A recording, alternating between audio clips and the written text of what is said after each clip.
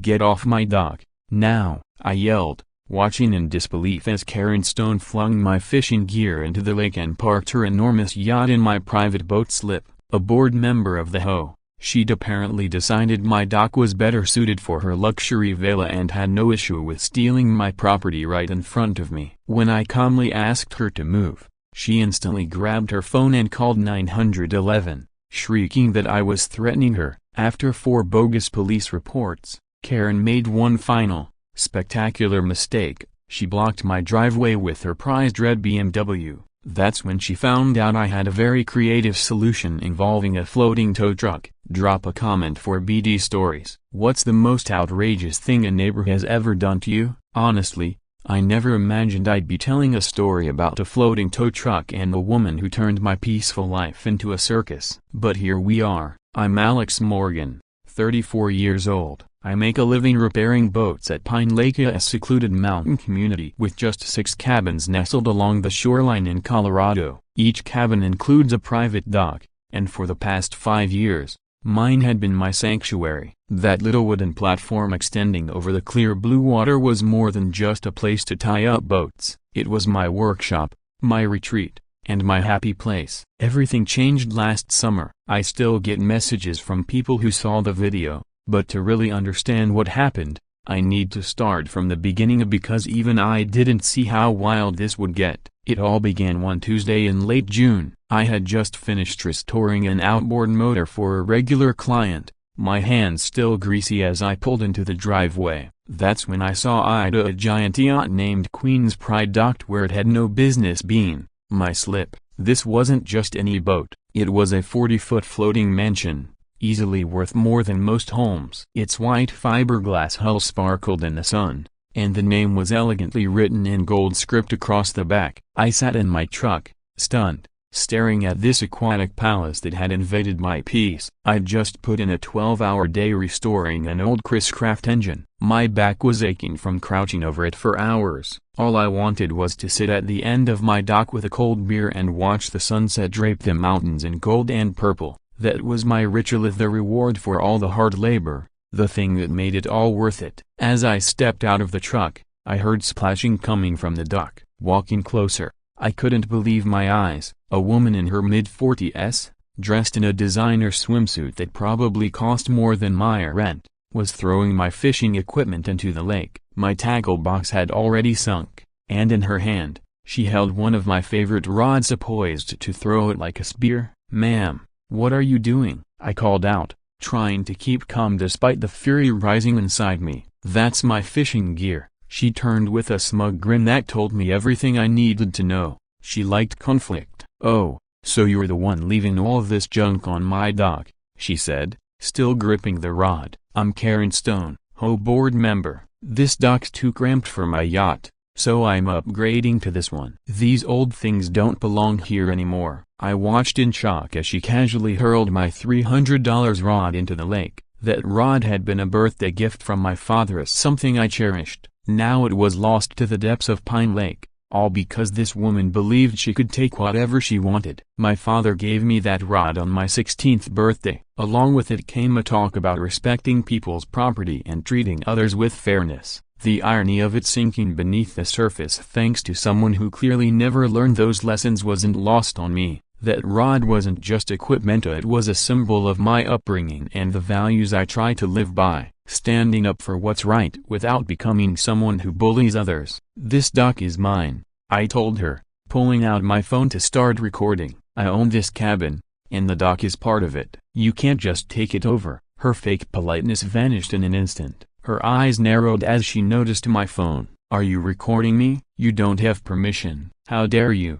she snapped, reaching into her expensive purse and flashing what looked like a badge. "I'm on the HOA board," she declared, waving it like it granted her divine authority. "That gives me jurisdiction over all waterfront property here. I decide which docks suit which boats, and your little fishing setup isn't appropriate for my yacht." She flaunted the badge like it was enchanted, convinced it gave her limitless power. But then I noticed something else, something that made my stomach turn. She was untying my workboat. This wasn't just a fishing boat, it was my mobile shop, how I got around the lake to fix boats for clients. Without it, I couldn't work. Don't touch that, I warned, stepping forward. That's my workboat. I use it to run my business. Karen let out a full-blown laugh and kept untying it. Not anymore, she sneered. I'm declaring it abandoned. It's been cluttering up the dock long enough. Time for it to go. And honestly, this rust bucket doesn't deserve to float next to Queen's Pride. I tried to explain that I repair boats for a living,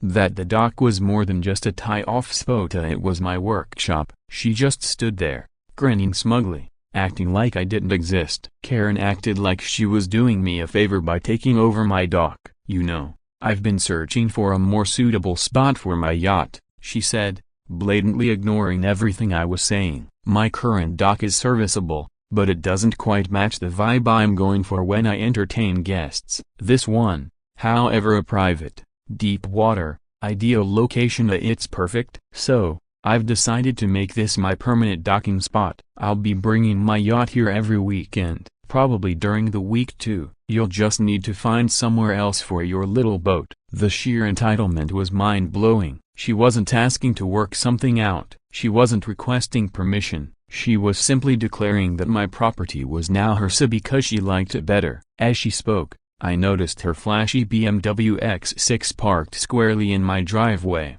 blocking my access to the dock entirely. The car was painted a loud, customized red that practically screamed for attention. The license plate read Queen 1. Everything about her broadcasted one message: I always get what I want. And from the way she carried herself, it was clear she believed it. Ma'am, I said through gritted teeth, trying my best to stay civil, you need to move your car and your boat. This is private property, and you're trespassing. She folded her arms and planted her feet firmly, like she was ready for war. I'm not going anywhere, and if you try to fight me on this, I'll make your life a nightmare. I have influence here, connections you wouldn't believe. I know the people who matter. Push me, and I'll make sure you regret it. There was no mistaking the threat, and judging by the fire in her eyes, she wasn't bluffing. While she ranted about her power and status, I quietly pulled out my phone and opened the county's property records. What I discovered made me smile for the first time since she'd barged into my life. Karen's yacht, it wasn't even legally registered. The permits were long expired, over 2 years out of date, to be exact. She was operating that massive boat illegally on Pine Lake. But that wasn't all. There were specific community regulations governing the maximum boat size allowed per dock, and hers violated every one of them. Her floating palace didn't belong on any dock in the area, let alone mine. Well, that's interesting, I mumbled, mentally cataloging every rule she'd broken. Karen caught the change in my tone and narrowed her eyes. What's so interesting? She snapped, trying to peer at my screen. You looking up ways to get rid of me? Don't waste your time. I know the rules here. I have every right to be docked where I am. I just smiled and slipped my phone back into my pocket. We'll see about that. At the time, I had no idea how epic her downfall would be, but the opening scene had just ended, and the real show was about to begin. As I walked back to my cabin, leaving her standing there like she owned the place beside her unregistered yacht, I found myself wondering what kind of person believed they could just take what wasn't theirs without facing any consequences. Little did she know, her decision to mess with my livelihood was about to kick off a chain reaction that would leave her infamous in all the worst ways. The floating tow truck, that part was still a few weeks off, but the wheels of karma were already starting to turn. Would Karen really call the police on someone for standing on their own property? Type yes if you think she's about to make the biggest mistake of her life. The very next morning, I woke up to the blaring sound of music and loud chatter drifting in from the lake. Karen had apparently thrown an impromptu party on my dock. I stepped outside, coffee in hand, and was greeted by the sight of strangers lounging in my chairs, sipping champagne, and treating my property like it was their private marina. 4 people I'd never seen before were sprawled across the dock, using my power outlet to fuel their speaker system, as if this were some high-end resort. Karen stood in the middle of it all, proudly entertaining her guests with a story about how she'd upgraded her docking situation and gotten rid of junk left behind by the last guy. Me. As soon as she noticed me approaching, she immediately jumped into character. With dramatic flair, she whipped out her phone. Help, there's a man at my boat. He's attacking me. She screamed into the phone so loudly, I'm sure the entire lake heard it. He's trying to steal my yacht. I'm afraid for my safety. It was also carefully choreographed, messing up her perfect hair, putting on a terrified expression. It might have fooled someone if I hadn't just watched her orchestrate the entire thing. Her guests began recording. Phones pointed at me like I was the villain in some dockside drama. Karen leaned into the performance like a seasoned actress, stumbling backward as if I'd lunged at her. In reality, I was standing a good 20 feet away, sipping coffee. She started breathing heavily, clutching her chest like she was in the middle of a panic attack. I'm scared, she whispered, but loud enough for the 911 dispatcher to hear on the other end. He looks angry. He's unstable. I don't know what he's capable of. Broken bar. The scene was so theatrical, even her guests began looking unsure, but they kept recording, perhaps hoping something viral might come of it. The entire situation was so absurd. It would have been laughably if it wasn't happening on my property, at my expense. Karen had already tossed my belongings into the lake, taken over my dock, and now she was throwing a party on my property only to call the police the moment I dared to approach. But her performance wasn't over yet. As she continued her 911 call, her accusations grew more absurd by the second. He's been harassing me all morning, she wailed. He's threatening me and my guests. I think he might be dangerous. Meanwhile, I was standing a solid 20 feet away, sipping coffee and trying to comprehend the absolute circus unfolding before me. About 15 minutes later, Officer Bobby Martinez pulled up. The moment I saw his face, I could tell this wasn't his first rodeo with Karen Stone. He looked exhausted before he even stepped out of his cruiser. Sat in his seat a while, likely reviewing the situation or pulling up her file, and I could clearly see him shaking his head. When he finally climbed out, his first words weren't addressed to either of us. He muttered under his breath, "Here we go again." I found out later that Karen was so infamous for calling the police that the department had started keeping a special file just for her complaints. In just the last month,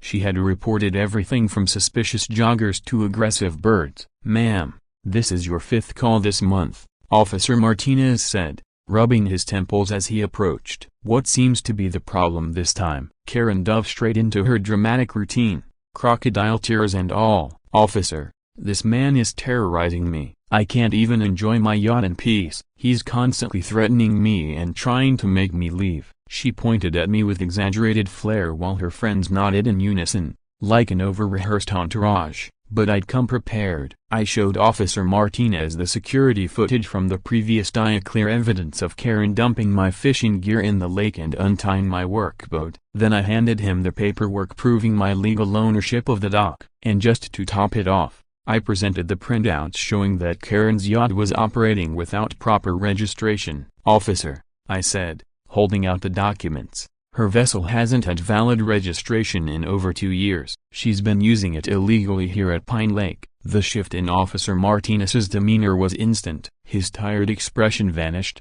replaced by a stern, no-nonsense tone. "Ma'am," he said, turning to Karen, "your vessel isn't properly documented. That means you're not authorized to operate it or dock it here." Karen's face went through a roller coaster of expressions, first confused, then indignant, and finally panicked. "That can't be right," she barked. "I'm on the HOA board. I have rights." She was practically shouting now, while her guests exchanged awkward glances. "Your position with the HOA has no bearing on this," Officer Martinez responded calmly. "If the paperwork's invalid, you can't dock here. It's that simple." Karen, however, was far from done. She whipped out her phone and started dialing 911 again right in front of the officer. "I need to report police misconduct," she shouted into the receiver. "This officer is siding with a criminal. I demand backup immediately." Officer Martinez didn't flinch. He stood quietly and waited until she was finished,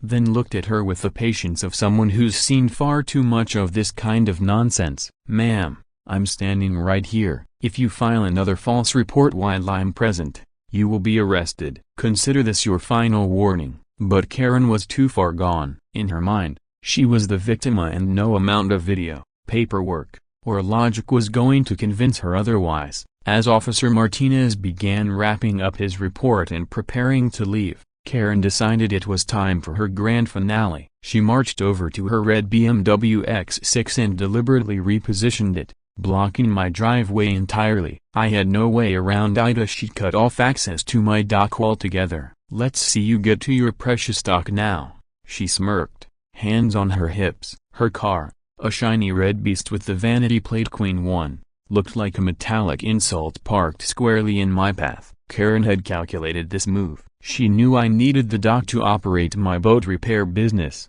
and now she was using her luxury car as a blockade, weaponizing it to hurt my livelihood. Her friends laughed and took pictures like they just scored some epic win, probably planning to plaster the images online with smug captions. But what they didn't know was that I already had a counter-move in play. While Karen popped more champagne and basked in the spotlight, I quietly returned to my cabin and made a phone call. "Yeah, I've got a special tow job for you," I said in a hushed voice, making sure she couldn't hear me. "It's a little unconventional, but I think you are going to love this one." The voice on the other end chuckled, intrigued. "Tell me more," I smiled. "Let's just say it involves a red BMW, an entitled yacht owner, and a very public lesson in private property rights. Think you can make it here by tomorrow morning?" The answer was exactly what I wanted to hear.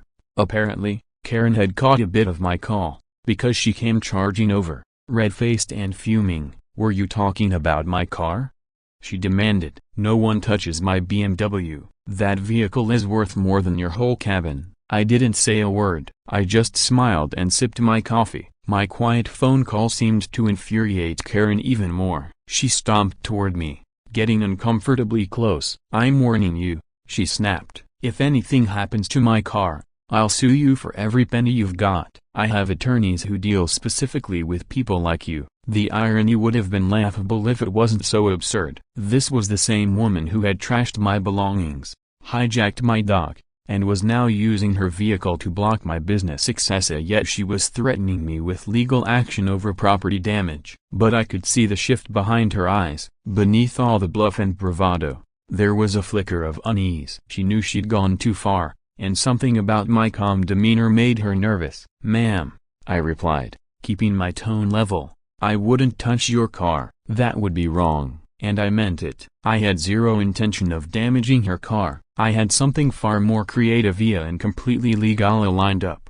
The brilliance of my plan lay in its precision. It didn't require shouting, retaliation, or even bending a single rule. All it needed was patience, timing, and a little help from someone who owed me a favor. Karen had spent her life getting what she wanted through threats, pressure, and power plays, but now she was facing someone who refused to be intimidated and who knew how to fight back the right way. She was about to find out that patience and principle can be far more devastating than rage. That evening, as her guests slowly trickled out and the party died down, I sat quietly on my porch, watching the sun reflect off the hull of her oversized yacht still moored at my dock. She had claimed victory for the day. That was true. But tomorrow, that would be mine. Everything I'd prepared was coming together perfectly. Karen Stone was about to receive a reality check she never saw coming. What happens when the person you try to bully turns out to have a secret weapon? Type karma if you're ready to watch Karen finally get what she deserves. The next morning started with a level of absurdity I couldn't have imagined even in my worst dreams.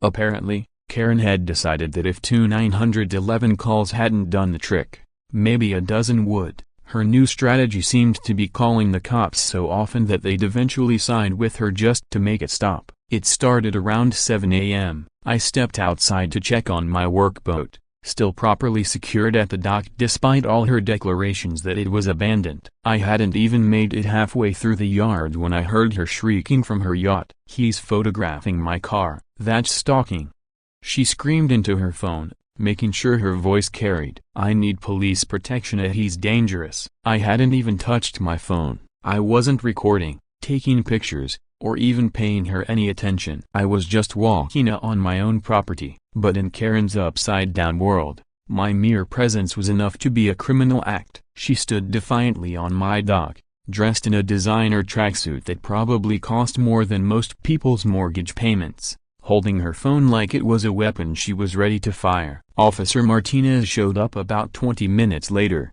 visibly more worn down than the day before. "Ma'am, this is bordering on abuse of emergency services," he said flatly. He didn't even bother with pleasantries. "You cannot call 911 every time you see your neighbor on his own property." Karen flailed her arm toward me like I was a fugitive on the run. "He's harassing me. Just look at him. He's been standing 30 broken bar staring at me. I feel unsafe." The ridiculousness of it all was unreal. In Karen's mind, the very act of existing in my own space was now a threat. Officer Martinez glanced between us, then looked skyward like he was praying for patience. "Ma'am," he said slowly, "he's standing on his dock. That's not illegal." But Karen had completely lost touch with reality. "His property is harming my mental health," she shouted. "He's creating a toxic environment." What happened next felt like something out of a sitcom. Other residents began emerging from their cabins,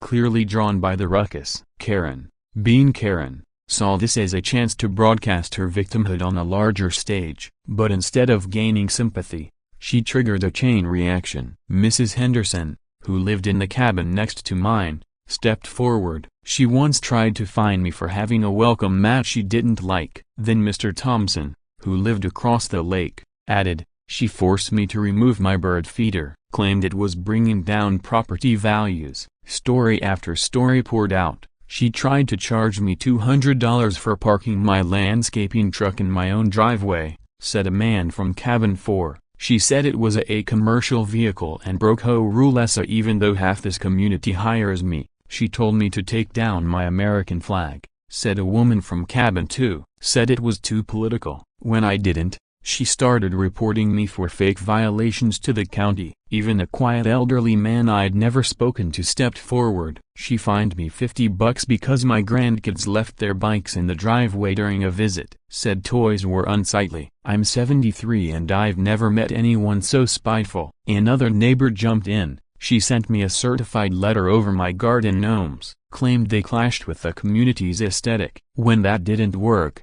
she started taking photos of their house and threatening legal action. Finally, Mrs. Henderson pulled a thick binder from her oversized purse. "I've been documenting Karen's nonsense for over 2 years," she said calmly, flipping it open. And just like that, Karen Stone's power began to crumble, not because of yelling or revenge, but because her entire pattern of behavior had finally caught up with her. Mrs. Henderson opened a thick folder packed with printed emails and photos, flipping through them one by one. "She sent me 17 violation notices in a single month," she said, her voice steady with long-held frustration. "One of them was for leaving my porch light on past 10. She paused and looked me in the eye. I wanted to push back, but she threatened to sue me for defamation if I told anyone." It became clear that Karen's reign of HOA tyranny had gone far beyond just me. These weren't isolated incidents if they were part of a much larger pattern. And what stood out the most was the collective relief on everyone's faces. After years of enduring her bullying in silence,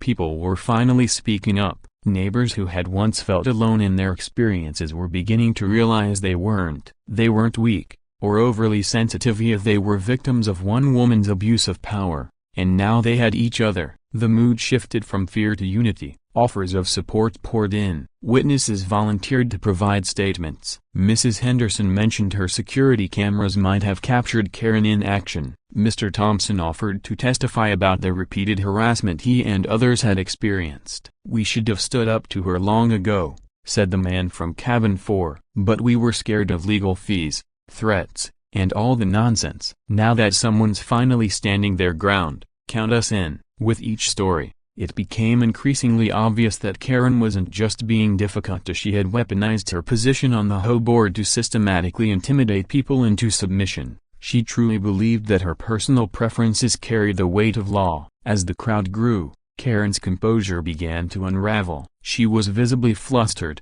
watching the attention shift away from her and toward a shared outrage she could no longer control. "Stop recording me," she shrieked, as 5 neighbors pointed their phones at her. "This is harassment. You're all ganging up on me." But no one was moved by her theatrics. "You're in public, Karen," Mrs. Henderson said coolly. "We're well within our rights." But Karen wasn't done with her emergency call campaign. Even as Officer Martinez stood a few feet away, She raised her phone and placed yet another call to 911. "I need to report multiple people recording me without my permission," she shouted. "They're all conspiring against me. This is a hate crime." The dispatcher's voice rang out loud and clear through her speaker. "Ma'am, you're in a public setting. They're allowed to film." Logic didn't matter anymore. Karen had gone too deep into her imagined victimhood. Her sense of entitlement had evolved into full-blown delusion. Officer Martinez had clearly had enough. "You're standing on private property," he told her firmly. "You're making false police reports and demanding special treatment. One more call like this, and you're going to be arrested for abusing emergency services." The message was unmistakably, and for the first time, Karen looked genuinely rattled. But rather than backing down, she escalated once again. As Officer Martinez returned to his vehicle, Karen made her move. She stopped over to her red BMW and shifted it even farther across the narrow access road, blocking not only my driveway but also the emergency route used for rescue boats. "Fine," she shouted. "I'll park here forever. Let's see what you do about that." Her BMW now sealed off all access to my dock, sitting there like a glossy red roadblock with its obnoxious Queen 1 plate gleaming in the morning sun. What Karen didn't realize was that my dock wasn't just private, it also served as the designated launch point for emergency boats in that part of the lake. If someone had a medical emergency, that dock had to stay clear. By blocking it, Karen wasn't just making my life harder, she was putting lives at risk. But Karen wasn't thinking about anyone else. She was consumed by her desire to win, blind to the consequences. That evening, I made another call. This time, it wasn't to a tow company. It was to someone else, yes, someone with the kind of authority Karen wouldn't see coming. "She's blocking emergency access," I explained. There was a brief pause, then the voice on the other end responded, "That's serious. We'll take care of it." I ended the call with a quiet grin. Karen must have sensed something was up. She marched across the lawn one more time, rage etched into every step. "What are you smiling about?" she demanded. "You think this is over? I know people, powerful people. I'll make your life miserable." I met her eyes calmly. "You've made your position pretty clear, ma'am. Let's just see what tomorrow brings." She muttered threats as she stormed back toward her yacht, no longer in control of the narrative, no longer the center of attention. The whole ordeal had started with her tossing my fishing gear into the lake. Now, it was about to end with something far more poetic. Because some people don't cave to bullies, some people fight back with facts, patience, and, yes, sometimes even a floating tow truck. What will Karen do when she sees her precious BMW caught in the middle of a lesson she'll never forget? Drop a comment for BD Stories. Which of Karen's moments made your blood boil the most? The next morning rolled in like any other except that I'd been up since 5 a.m., finalizing every detail of what was about to become the most satisfying moment of my life. Karen's yacht still dominated my dock. Her red BMW still squatted in my driveway, parked like a four-wheeled insult. But what she didn't know was that today would be very, very different. I sat on my porch, sipping coffee, watching the sun rise as I waited for the show to begin. Right at 8 a.m., a low rumble echoed across the lake, the sound of diesel engines growing louder by the second. I leaned forward, grinning. Showtime. What came rolling down the private road looked like a monster truck straight out of a comic book. Towering, fire truck yellow, and impossible to ignore, the words Mountain Rescue Towing were plastered across its side in bold black letters. This wasn't just a tow truck, it was a floating mechanical beast, complete with an enormous crane arm that looked like it could pull a submarine from the ocean. But what really caught everyone's attention was its amphibious design. The thing didn't stop at the boat ramp. It drove into the water like it belonged there. Karen burst out of her yacht in a panic just as the truck dipped into the shallows. "What the hell is that?" she shrieked, pointing at the vehicle with wide, furious eyes. Her confusion quickly turned to terror. The truck rolled steadily forward, its crane arm rising and angling itself toward the driveway with eerie precision. It was clear this operator had done this before. Karen sprinted toward her red BMW, fumbling with her key fob like a contestant in a game show where the prize was not public humiliation. "No, no, no," she chanted, slamming the ignition button. The car coughed once, then twice. "Nothing." "Dead battery," probably drained by her hours of idling the engine while she sat in there with the AC running, plotting her next power move. The BMW, her pride, her status symbol, her fortress, had become a stranded, bright red sitting duck. "Start!" she shrieked at the dashboard, pounding it with both palms. The only response was the sad click of a powerless starter. By this point, the tow truck's crane had fully extended toward her vehicle, the massive steel hook dangling like the sword of Damocles. Karen circled her car, waving her arms in desperation. "You can't tow this. It's private property. I'm warning you." The crane operator, a suntanned man with a weathered grin and the calm demeanor of someone who'd dealt with 1,000 currents, gave me a thumbs up and got to work. All around, neighbors had gathered. Mrs. Henderson was cheering. Mr. Thompson hollered, "About damn time." The woman from cabin 2 actually started slow clapping. Even the quiet couple from cabin 6 had dragged out lawn chairs and were sipping lemonade like they were front row at a fireworks show. "This is better than cable," said the older man who'd told the bicycle story, chuckling as Karen paced in full meltdown mode. The hook latched on, the crane lifted. Karen's BMW rose slowly, deliberately at 3 feet, then 4, hanging in the air like a scarlet pie +/- auto. "And Karen?" she cracked. "No, not my car. Please, I'm still making payments," she sobbed, chasing the rising vehicle like a mourner at a funeral. "It's worth $75,000. She screamed. "I'll pay you. Just put it down." But the crane didn't pause. The car floated higher, swaying slightly in the morning breeze as Karen howled. The sound was so sharp and shrill it startled a flock of ducks from the shoreline. They scattered into the air like nature itself was trying to get away from her. Then came the 911 call. Again, Karen, red-faced and breathless, fumbled with her phone and shouted into it like it was a lifeline. "They're stealing my Carol Broken Bar with a boat. This is a crime. Send every EMEA Coast Guard, FBI, I don't care. They're using a crane in the lake." The dispatcher didn't even try to hide their confusion. "Mama Broken Bar, what exactly are you reporting?" Karen's response was a slurry of panicked nonsense, combining words like water tow, criminal ring, and hate conspiracy into a verbal soup of pure chaos. Right then, Officer Martinez pulled up. He got out of his cruiser slowly, like a man who knew he was walking into madness. He took one look at Karen,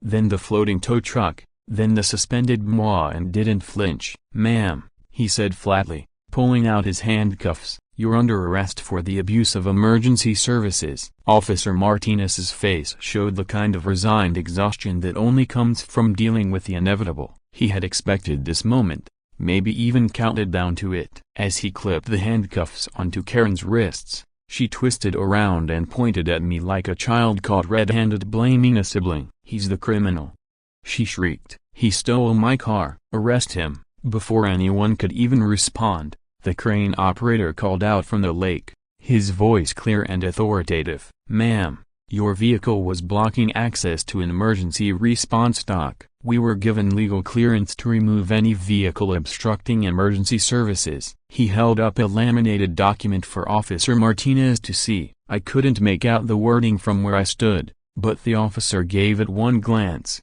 nodded, and tucked it under his arm. I approached calmly, my voice measured and deliberate. "Ma'am," I said, delivering the line I'd been rehearsing for days, "your BMW was illegally blocking my driveway. The tow is fully authorized." Karen's reaction was explosive. She thrashed in the cuffs and launched into a fury of threats that were borderline criminal themselves. "I'll sue you. I'll bankrupt you. I'll ruin your reputation. You'll never work in this town again." But the neighbors weren't having it. A spontaneous wave of applause erupted from the gathered crowd. Cheers rang out like a sporting event, mingled with Karen's outraged shrieking. Mrs. Henderson threw both arms into the air and let out a victorious woo, while Mr. Thompson held his phone high, capturing every second. The woman from cabin 2 clapped like she was watching the final scene of a courtroom drama. Even the quiet couple from cabin 3 were openly grinning, giving each other high fives like they'd won a raffle. It wasn't just about Karen anymore. This was a collective exhale, a long overdue breath from a neighborhood that had been holding it in for years. People who'd tiptoed around her,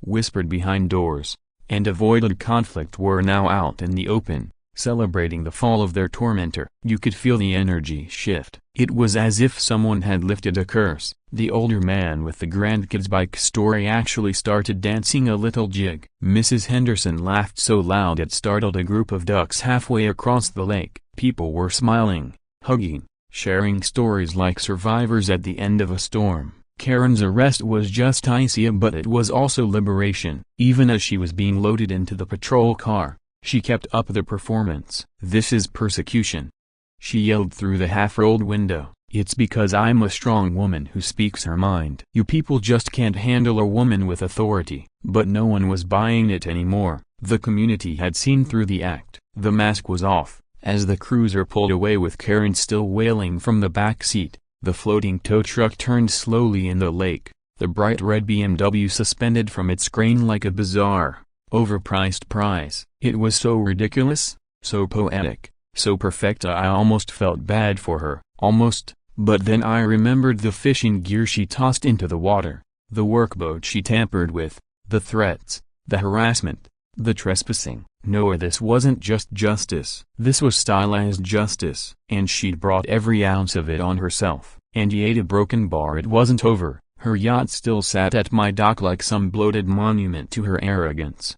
Her legal troubles were only beginning, and the arrest video, already circulating faster than wildfire in a dry summer. The woman who thought she could take anything she wanted was finally learning the most important lesson of all. Actions have consequences. And sometimes, those consequences come with crane hooks, viral videos, and cheering neighbors. But hold on, there was one final twist Karen didn't see coming. You think that was the end? Not quite. If you guessed Alex had something else up his sleeve, you'd be right. Type gotcha if you're ready to hear the ultimate power move that would seal Karen Stone's fate. Because when the dust settled, the real fallout had only just begun. Her BMW still dangled from the floating tow truck like a bright red exclamation point at the end of a very public downfall. In just a matter of days, Karen had lost her car, her boat, her power on the HOA board, and her carefully constructed reputation. And as she fell, something incredible happened. The neighborhood bloomed. People who had once lived in fear of her obsessive rule suddenly felt free. The woman with the garden gnomes planted 3 more, one of them proudly mooning in the direction of Karen's now vacant house. The man with the landscaping truck, he started parking it boldly in his own driveway, no longer afraid of bogus HOA citations. Flags reappeared, wind chimes sang again, porch lights stayed on as late as folks wanted. It was like someone had lifted a heavy curtain off the whole community. And then, there was my boat repair business. Thanks to the viral video of Karen screeching about her car while it swung over the water like a bizarre chandelier, I got more exposure than years of paid ads ever delivered. Boat owners from all around the lake were calling, eager to support the guy who had stood up to the tyrant and won. Turns out, Karen hadn't just scared neighbors, she'd scared customers, too. People had avoided service calls to our area because of her antics. Now, they were lining up. But the biggest twist of all, one I hadn't planned to reveal. That floating tow truck, it wasn't some random emergency call. It was mine. Yep, the very same abandoned workboat Karen had tried to claim wasn't even mine had been converted years ago into a hybrid vehicle recovery craft, a part tow truck, part barge. 20 years of fixing boats taught me to expect the unexpected. And while I never imagined I'd be using it to lift a BMW out of my own driveway, life's funny like that. As neighbors gathered on my dock for an impromptu celebration, I finally told them, "The floating tow truck, that's part of my business," I said, sipping my coffee. Didn't expect I'd be using it for BMW extractions. Boot to broken bar, here we are. The reaction was priceless. Laughter, cheers, applause. It turned the whole saga into something legendary. Karen's house went up for sale within a month, with mounting legal fees, storage charges from the impound lot, and no longer having her whole leverage. She simply couldn't afford to stay. The for sale sign on her lawn became a symbol of liberation for everyone she had bullied for years. And justice? It had been more thorough than anyone could have dreamed. That evening, I sat on my dock, watching the sunset paint Pine Lake in gold and rose. 3 weeks ago, I was just the quiet guy who fixed boats. Now, people stopped by to share stories, get repairs, and simply enjoy the peace that had finally returned to the lake. I even put up a new sign by the dock.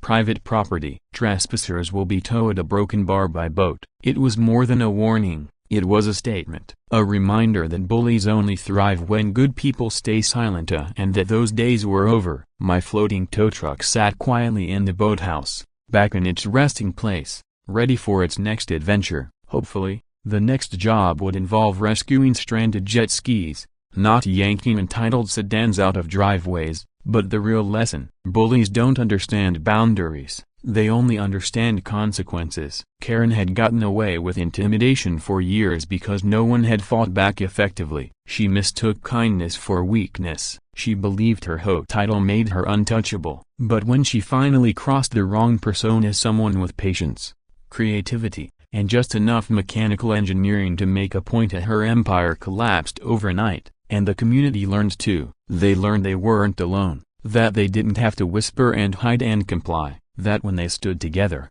even the loudest, most self-righteous bully could be silenced. Those videos of Karen weren't just footage of one woman's meltdown, they were the birth of a united, stronger neighborhood. Pine Lake would never again be ruled by fear. It had found its voice and a floating tow truck to back it up. Karen's reign ended with handcuffs and a viral video. But the real victory? It was the laughter echoing across the water, the flags flying proudly, the garden gnome giving the finger, and the dock that finally felt like home again. Thanks for watching Yacht Stories, where karma doesn't knock, it drifts in on a tow barge, hoists the problem in the air, and waves goodbye. Like, comment, and subscribe for your weekly dose of justice served extra bold.